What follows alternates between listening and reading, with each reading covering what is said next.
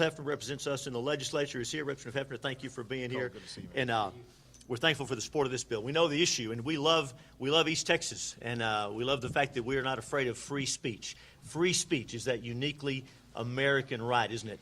The right to hash things out, to hear views that we may not like, because we want to get to the truth. We want to get to the right place. We're not afraid of debate. Governor, you know, I get that Justice Brandeis said the remedy for bad speech is more speech, exactly, not enforced silence. And sadly, we have a handful of people in America today who want to control the town square, want to control social media, and want to enforce silence. If you have a viewpoint different from theirs, they want to shut you up. That's not the American way, and that is not the Texas way. And so they enforce that silence for people that don't agree with their agenda on religion or on politics or on freedom. In fact, my friend Don Garner is here with the Faith and Freedom Coalition, Texas. They're a national group, and they're promoting this bill in several states around the country because it's going to take every state, following Texas' lead, of course, to get this right and to restore free speech and freedom. And so running a tech company, you know, we have a handful of billionaires in San Francisco that run these tech companies. It doesn't make them the gatekeeper of free speech, but that's what they want to be. And that's not right. That's not how we're going to do it. These people control the new town square, and everyone should be able to come there and share their ideas and debate and hash things out. So that's what this bill's about, because today they can lock you out. There's no question about that. Many people here have experienced that, getting locked out of social media because you don't conform to their narrow worldview. This bill, Senate Bill 12, will give Texans the right to get back online when they're mistreated in that way. That's what the bill's about. Again, we believe it's going to lead the nation in restoring free speech. Of course, we're not talking about lewd, lascivious, obscenity, or anything like that. You still can't yell fire in a crowded theater. But your political speech, your religious speech, your opinion, sharing news, that's your fundamental American and Texas right, and that's what this bill does. No one should exclude you because of your viewpoint. That's what this is about. And again, we're so blessed to have Governor Abbott, who knows the Constitution well as an attorney, judge, a former chief law enforcement officer of the state of Texas. He respects and reveres the rule of law. He fights for it. We're all thankful for Texas opportunities, for liberty, for the job opportunities here leading us through this most challenging economic crisis we've seen. We're glad to be in Texas, glad to be in East Texas, and so honored to be with our governor. Governor Abbott, thank you for being here. Please talk to our folks.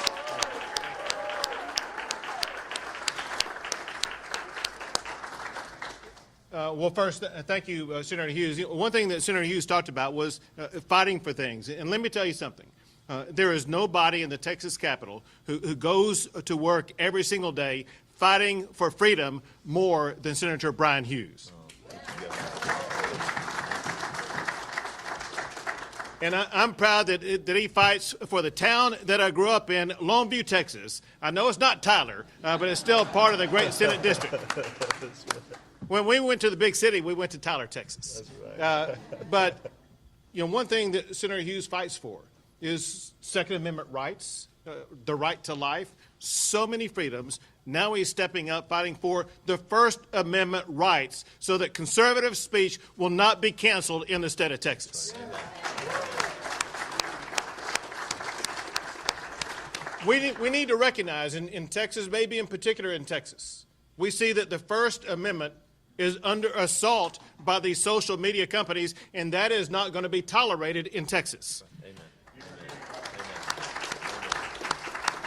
There is a dangerous movement that's spreading across the country to try to silence conservative ideas, religious beliefs.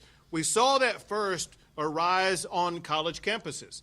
You may recall last session we passed and signed into law the campus free speech law, ensuring that conservative speech on campuses would not be silenced. Right. Thank you for your leadership in that one also. But now we are also seeing the same way that these social media tech companies are using their tools to silence conservative speech on their platforms. Senator Hughes' bill, Senate Bill 12, protects Texans from being wrongfully censored on social media, making sure that their voices are going to be heard and not canceled or silenced. Social media sites like Twitter, like Facebook, they have evolved into the modern-day public square These are the areas that used to be the courthouse square where people would come to talk. Now people are going to Facebook and Twitter to talk about their political ideas.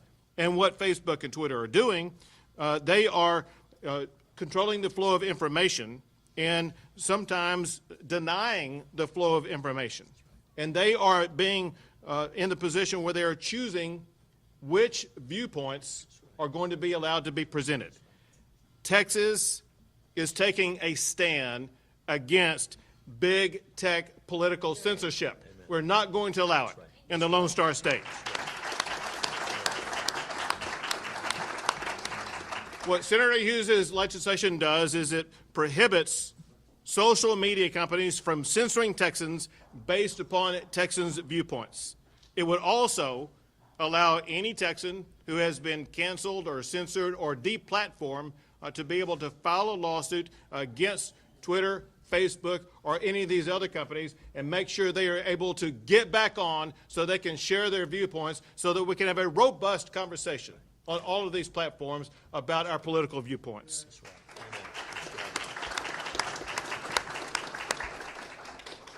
The United States of America was built on freedom of speech and healthy public debate. Big tech's efforts to silence conservative viewpoints is un-American, un-Texan, and it is unacceptable, and pretty soon it's going to be against the law in the state of Texas. Amen.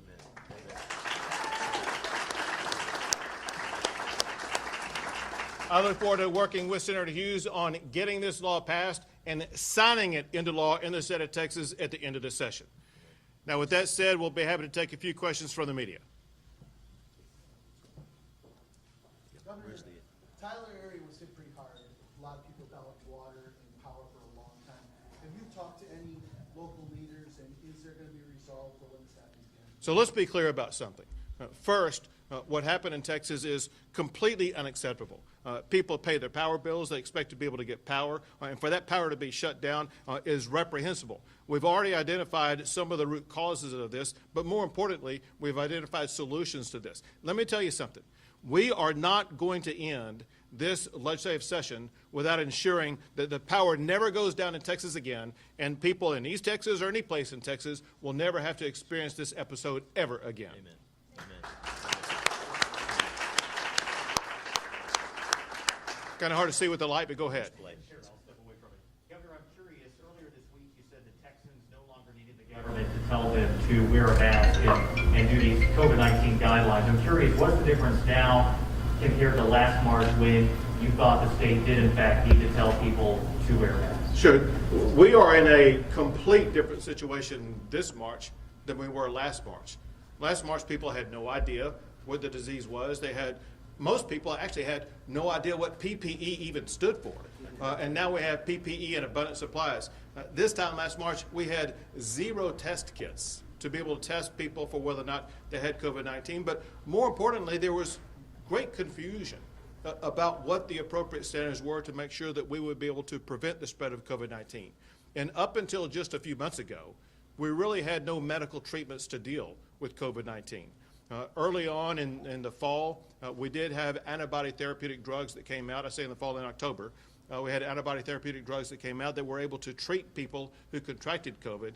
Now, most importantly, we have vaccines that we began to distribute in December and elevate and escalate and increase the amount of vaccines that are being provided. Over the past week, in just 1 week alone, we administered more than 1.2 million vaccines. We're averaging well over 150,000 vaccines per day. The most important thing I could tell you is that we have focused on the population that is most likely to either lose their life or be hospitalized because of exposure to COVID-19, and that is people age 65 and older. When the order goes into effect next Wednesday, more than half of all of our seniors will have received a vaccine shot. And then also by the end of March, any senior who wants a vaccine shot will be able to get a vaccine shot. Studies show that probably by early May, any Texan who wants a vaccine shot should be able to get a vaccine shot. And we've seen the results of the vaccines already. because yesterday was the lowest number of hospitalizations that we've had since October the 14th. Yesterday was also the lowest positivity rate that we've seen since early October. And so the numbers are going in all the right direction. And so the state of Texas is not only a completely different situation, we are in a situation where it is safe to open up 100%. And every Texan here and every Texan across the state, they have learned for the past year the safe strategies to use to make sure they remain safe. We do encourage people to, if they continue to wear a face mask, to continue to practice safe practices that will ensure that we will be able to get everybody back to work, with Texas continuing to lead the United States of America in economic growth and job creation. Don't the tech companies have to be licensed by government entities that have to protect our unalienable rights? And why do we let these companies that are licensed by governments that protect our rights violating our rights? Sure, I'll answer part of that, and then Senator Hughes may want to weigh in. A tech company per se doesn't have to be licensed by the government. Just like there's businesses here that may be in this building that are involved in tech. They don't have to be licensed by the federal government. However, with regard to these social media platforms, there are laws concerning that. A law in particular is known as Section 230, and there are special protections provided to these social media platforms that we believe the way the law is written, the protection does not keep them immune from the type of lawsuit that Senator Hughes' bill provides. And so we are making sure that these companies will be forced to comply with Senator Hughes' bill to ensure that Texans' conservative speech will not be canceled. That's right. That's exactly right. Governor, I have a question. Upon lifting the mask order earlier this week, you mentioned that private businesses can still, in fact, enforce their own rules and guidelines. Speaking to this bill, it opens companies up to litigation based on enforcing their own rules and terms of services that people have agreed to. What is the difference? Yeah, the difference is under the federal law that allow these tech companies to open up these social media platforms, they got a special protection that other businesses do not have, a protection that protects them from liability so long as they complied with the standards of that federal law. And we believe that under the law written by Brian Hughes, if they violate Brian Hughes' Senate Bill 12, they would not be in compliance with that federal law requiring them to keep their forums open. They have a responsibility to make sure they keep their forums open under the federal law that grants them that civil liability protection, and we're going to hold them accountable for that. We are. And I would just add, Blake, the governor is, of course, exactly right. I would add, we don't allow your phone company to cut you off because they don't like your politics. Your cable company can't cut you off because of your religion. These social media companies are common carriers. They have chosen to enter into that business, and they cannot discriminate against people in a violation of the First Amendment.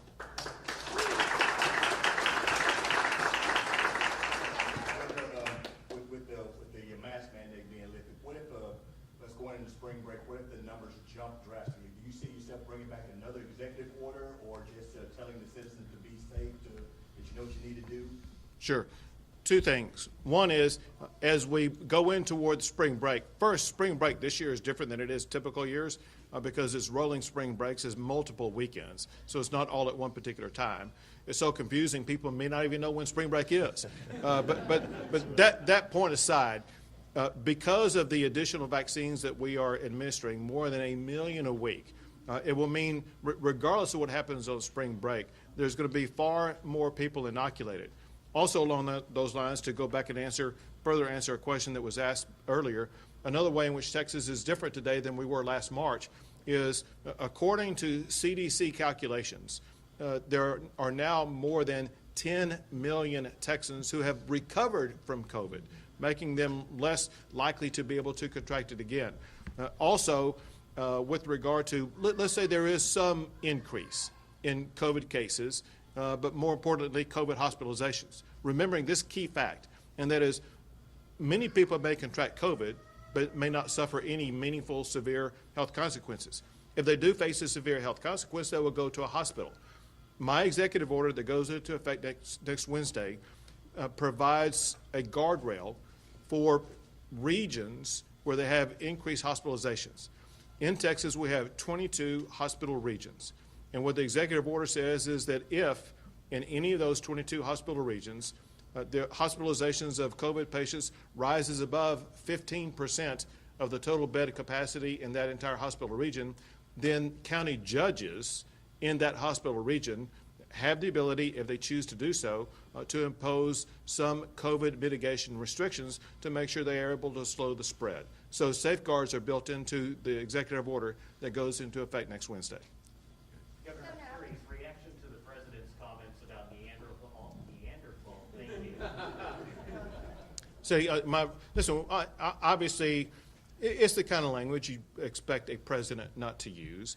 You expect him to be a little bit above that. But secondly, it showed that he really doesn't know the achievements that we've been able to achieve in Texas with regard to slowing the spread and increased vaccinations. But even worse, he could not have said it on a worse day for him, because the same day that he said that, it was revealed that the Biden administration is bringing in illegal immigrants into the state of Texas and then releasing them, and many of whom have COVID. And so under the Biden administration, he is releasing into the United States people who are COVID positive who are going across not just Texas but elsewhere in the country. The president and his administration need to step up and stop this program, first of promoting illegal immigration, but second, allowing people who are coming to this country to spread COVID across the entire country. That is extremely dangerous.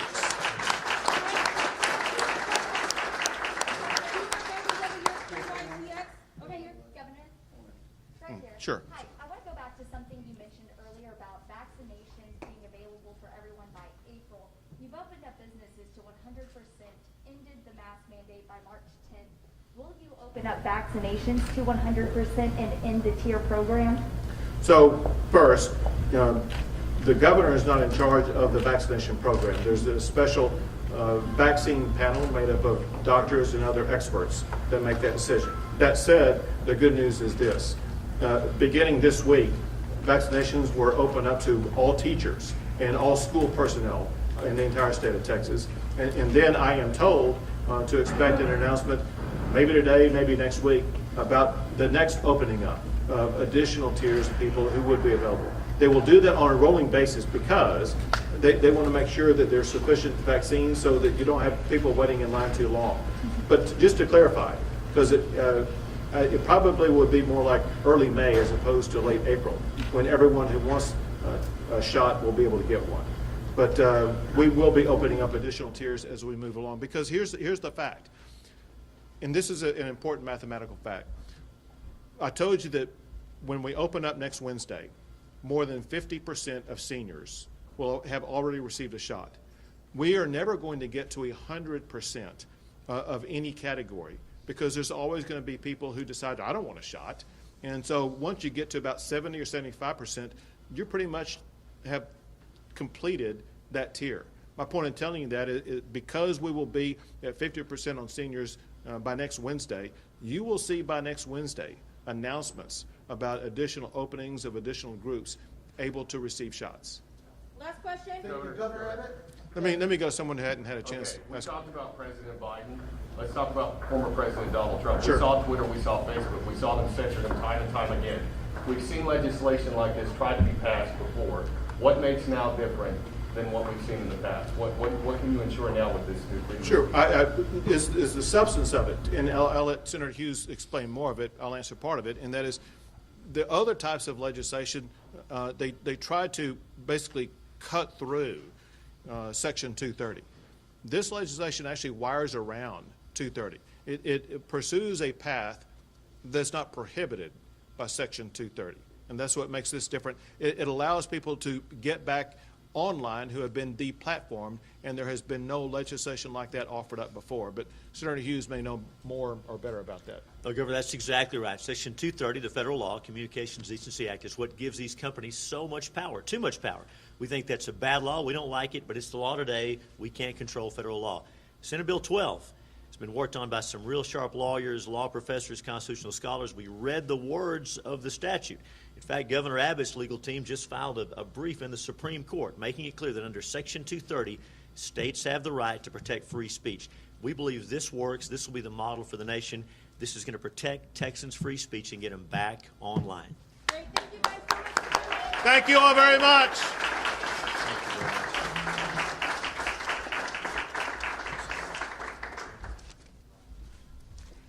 Take care, Tyler. Thank you, Jack.